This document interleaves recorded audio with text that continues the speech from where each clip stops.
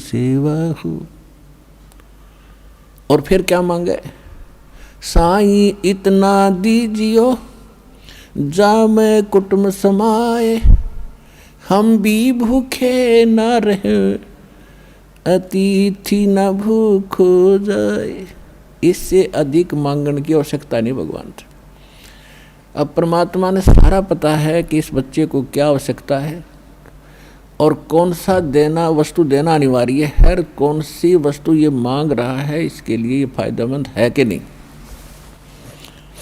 जैसे डॉक्टर के ऑपरेशन यानी उपचार के अंदर रोगी ने अपनी नहीं चलानी चाहिए, डॉक्टर की ही चाले। जब डॉक्टर होगा तो सही हो।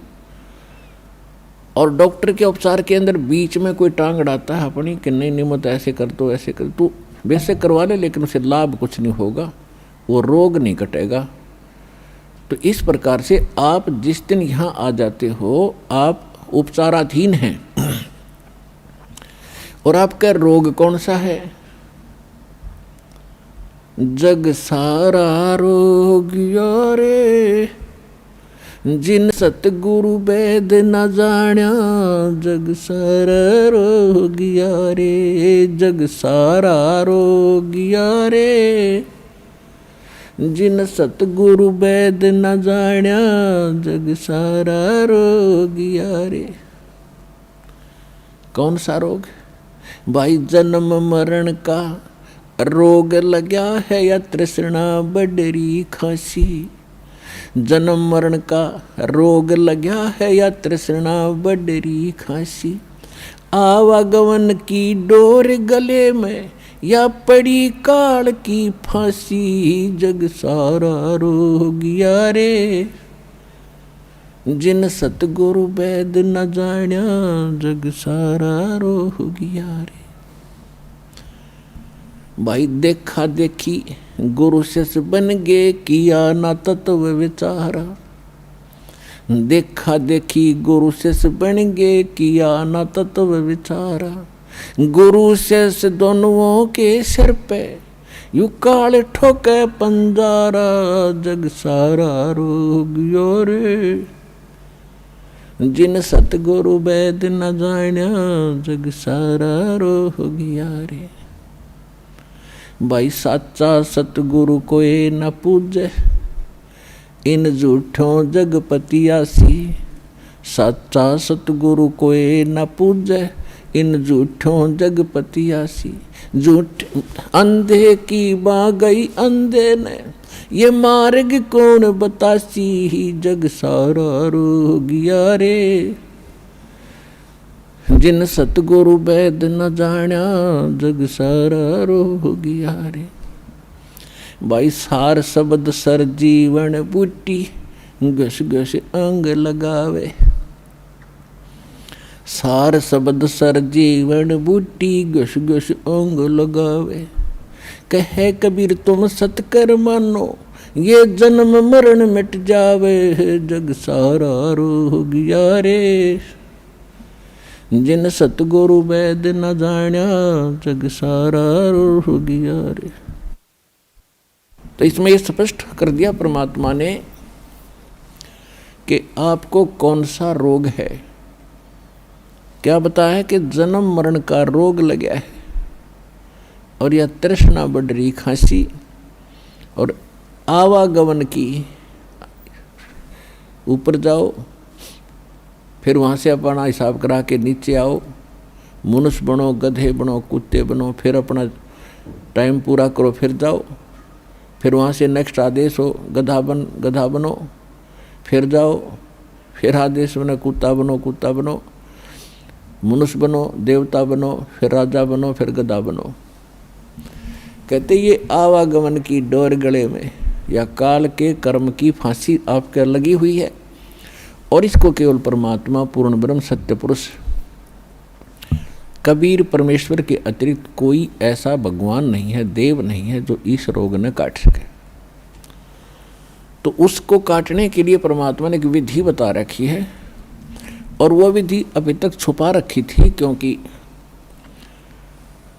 परमात्मा का और काल का एक प्रॉमिस हुआ था, अनुबंध हुआ था इस काल ने कहा था कि 3 युगों में, सतयुग, त्रेता, द्वापर में, हे परमात्मा आप थोड़े जीव निकालना और चौथे युग कलयुग में आप कितने ही ले जाना। काल को पता था कि कलयुग में इनकी पिछली बैटरी कति डाउन हो जाएगी, पुण्य कर्म कति खत्म हो जाएंगे। सतयुग, त्रेता, द्वापर में, सतयुग, त्रेता, द्वापर के अंदर आप भी आप रहे हैं। और वो कौन सी आत्मा है जो सतयुग, त्रेता, द्वापर में, सतयुग से शुरू होती है मानव शरीर प्राप्त करके? वो आत्माएं होती हैं जो कभी इस कलयुग के इस समय में, जो आज आपको टाइम मिला है, ये बिचली पीढ़ी का समय यानी मध्य का समय है कलयुग का, इस सत्य भक्ति का। प्रथम चरण तो कलयुग का था, परमात्मा आए थे, सहस्रीर आए थे, सहस्रीर कबीर परमेश्वर चले गए थे मगर से। अब ये बिचली पीढ़ी है जो अब स्टार्ट हुई, इसमें कंप्लीट कोर्स है भक्ति का और निरसंशय है, कोई डाउट नहीं, सब प्रमाणित है। अब जो भक्ति करेंगे वो पार हो जाएंगे, मर्यादा में रहेंगे अंतिम सांस तक, वो तो सतलोक चले जाएंगे। फिर क्या होगा, 1000 वर्ष के बाद इस भक्ति में बहुत से ऐसे नालायक काल के दूत घुसेंगे, वो धीरे धीरे इनकी भक्ति खराब करवाना शुरू करेंगे। और उस समय जो सच भक्ति जितने समय वो कर चुके और उसके बाद मार्ग दिशा बदल ली, उनके साथ के बनेगी कि जैसे पुण्यात्माओं एक श्वास के मंत्र का जो इस दास से प्राप्त करके आप एक श्वास भी मंत्र का ले लेते हो सतनाम का, वैसे तो प्रथम मंत्र से ही आपकी गजब की कमाई शुरू हो जाती है, बहुत ज़्यादा बन जाती है। और यदि सतनाम का मंत्र भी आपने साल, 2 साल, 3 साल, 4 वर्ष कर लिया और सारनाम ना भी मिला तो भी आपकी ढेर सारी कमाई बन जाती है। और फिर काल क्या करेगा, क्योंकि आपके पुण्य तो वो देगा, उसने तो ऊपर होटल बना रखे हैं, स्वर्ग, महास्वर्ग, महास्वर्ग में और ज़्यादा टैक्स है देता हुआ आपसे, आपके पुण्यों से, कहीं 20%, कहीं 25%, कहीं पर 10%, ऐसे उसने अपने टैक्स लगा रखे। और जो खर्चा आप खाते हो वो अलग है, वो तो आपकी पूंजी से होगा, तो आपको स्वर्ग, महास्वर्ग में रख देता है। और वहाँ आपके पुण्य आपके साथ होते हैं। जब महास्वर्ग के अंदर आपके पुण्य खत्म हुए उसके बाद स्वर्ग में ले आता है, नीचे एक अलग से एक स्वर्ग है, उस महास्वर्ग से अन्य जो कॉमन स्वर्ग है, उसमें भी जब आपके पुण्य खत्म हो जाते हैं फिर आपको पृथ्वी पर डाल देता है। तो वो पुण्यात्मा इतना समय वहाँ रहती हैं स्वर्ग में, महास्वर्ग में, फिर उनको सतयुग में प्रारंभ में जन्म देता है। इस भक्ति युग में की हुई भक्ति उनकी इतनी प्रबल हो जाती है कि फिर वो सतयुग में प्रथम जन्म लेते हैं। उनकी फिर भी इतनी भक्ति होती है क्योंकि सतयुग में लाखों वर्ष का जीवन होता है, एक का जीवन पूरा करते हैं, इतने युग 1-2 जीवन में वो सतयुग पूरा हो जाता है। फिर त्रेता में आते हो आप वही हो जो पहले भक्ति लगे थे लेकिन आप फिसल गए, आप रिपट गए, विचलित हो गए किसी कारण से। और परमात्मा का विधान है, जो जन मेरी शरण है ताका हूँ मैं दास, और गेल गेल लाग्या फिरूं जब तक धरती आकाश। एक बार इस सच्चे नाम से आज कोई जुड़ जाएगा, आज उसने नाम ले लिया, कितना रोगी है और चाहे उसकी कल मृत्यु हो जा, नाम लेते भी हो जा, तो अभी परमात्मा अपने बही में लिख लेगा उस आत्मा को कि मेरी होगी भी। अपने आत्माओं हमने असंख्य जन्म बर्बाद कर दिए,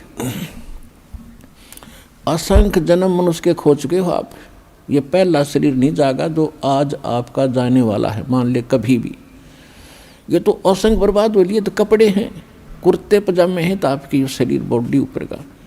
और इस नाम के लेते ही आपके कई सैकड़ों कुर्ते पजामे खूटियाँ व अलमारी में रख दिए जाते हैं। मनुष्य आज आपको नाम लेते ही और चाहे अगले पल मृत्यु हो जाती है। वैसे तो ऐसा नहीं होगा, जो सच्चे दिल से आते हैं उनको राहत मिलती है, उनका मनुष्य जीवन एक्सटेंड होता है, आयु भी बढ़ाता है परमात्मा। एक उदाहरण के लिए कहते हैं कि जो अविश्वास रूप में भी आके नाम ले लिया, अब देखेंगे किसी के कहने से आते हैं रोगी बहुत से तो कि देख लेते हैं एक बार चल के, तो वो उनको भगवान वैसे उसको एक्सटेंड नहीं करेगा। उनका पता है कि इसको मैंने जीवन भी दे दिया, ये आगे फिर वो बकवाद करेगा। तो परमात्मा ने तो अपनी आत्मा देखनी है कि इसका उद्धार क्यों कर होगा। तो नाम लेते ही यदि उसकी मृत्यु भी होगी तो भी भगवान के अकाउंट में आ गया, और 10 महीना में फिर जन्म देकर उसको फिर बरवाला बुला लेगा। वह शुरुआत होगी उसके जीवन की।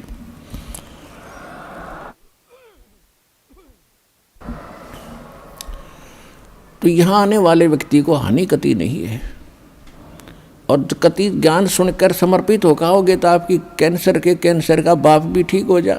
भगवान किसे कहते हैं? वाह भाई वाह।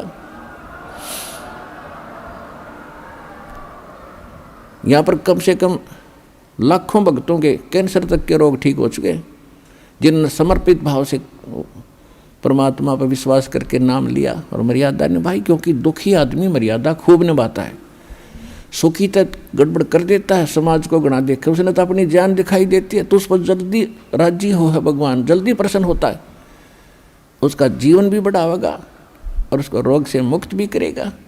लेकिन करेगा अपने हिसाब से, उसकी नीत देख के कि आगे कहीं और गड़बड़ ना कर देयो। तो कहने का भाव है, जो प्रसंग हमारा उसी पढ़ाते हैं। तो परमात्मा से जो हम मांगते हैं वो यही मांगनी चाहिए कि साईं इतना दीजिए जा मैं कुटुंब सुमावे, हम भी भूखे ना रहें और अतिथि न भूखा जावे। तो यहाँ आने वाले भक्त को लगभग 80% व्यक्ति जो हैं ये दुखी आते हैं, और उनके लिए वो दुख एक वरदान बनेगा, एक वरदान सिद्ध होगा उसके लिए। तो आपके लिए प्रार्थना है कि परमात्मा पर विश्वास रखना और कुछ समय देना भगवान को। और दूसरी बात यह है कि आज जो प्रसंग चल रहा है कि लाखों वर्ष सतयुग में आपने लाख वर्ष का जीवन भी प्राप्त हुआ, और वो भी थोड़ा लग गया, मरने लगे जब ने सोची कि और भी भगवान थोड़ा सा समय दे दे। त्रेता में हजारों वर्ष का रहा, द्वापर में भी 800-900 वर्ष तक जीवन रहा है जीव का, और कलयुग में अब 60-70-80 वर्ष हम मुश्किल से जी पाते हैं, 90 वर्ष हद कोई पकड़े मुश्किल से। अरे ये तो थोड़ा मानना है कोई बड़ी बात नहीं, हमने लाख वर्ष का भी जीवन थोड़ा माना और वो भी अंत हुआ। ये जीवन तो अंत होगा ही होगा, ये तो फाइनल समझ लो, ये तो आपने पता है इस बात का। लेकिन मरना हम चाहते नहीं, वो बात अलग है कि अभी नहीं, अभी नहीं। जो मर चुके हैं वो भी ये सोचा करते अभी नहीं।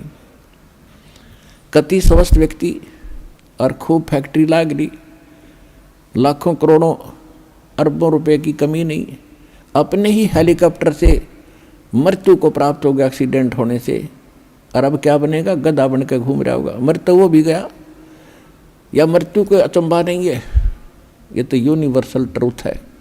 लेकिन इस मृत्यु को से बचने के लिए अब तरीका है, मालिक की शरण में आओ। कबीर ये तन जाएगा, सके तो ठहर ला, एक सेवा कर सतगुरु की, फिर गोविंद के गुण गा। कबीर साहब कहते हैं ये मनुष्य जीवन तो सबका जाना है, और समय पर जाओगा, जितना आपको प्राप्त है उससे अधिक नहीं मिलेगा। एक प्रियव्रत नाम का राजा था, उसने 11 अरब वर्ष तक तप किया, और 11 अरब वर्ष तक उसको राज्य मिल गया। तब से राज्य प्राप्त होता है। अब 11 वर्ष अरब राज्य करके जब वो मरण लगा, 11 अरब वर्ष तक राज भोग के इतने ठाठ माना हम तो राजा के। मरते समय जब यम के दूत उसको लेने आए, तब उसने एक का प्रार्थना की कि मुझे कुछ श्वास और दे दो। बता, 11 अरब वर्ष में तो कला तोड़ा नहीं, ये कुछ सांसों में तो कला तोड़ देगा। यम के दूत कहने लगे, खबरदार, तेरे ताई एक भी सांस लेने का आदेश नहीं है, और टीटी भी पकड़ लेगे, गुद्दी पकड़ कर घसीट लेगे उस राजा को। और यहाँ परमात्मा क्या कहते हैं, जम जो राजा से डरे और मिट कर्म के लेख, अदली असल कबीर हैं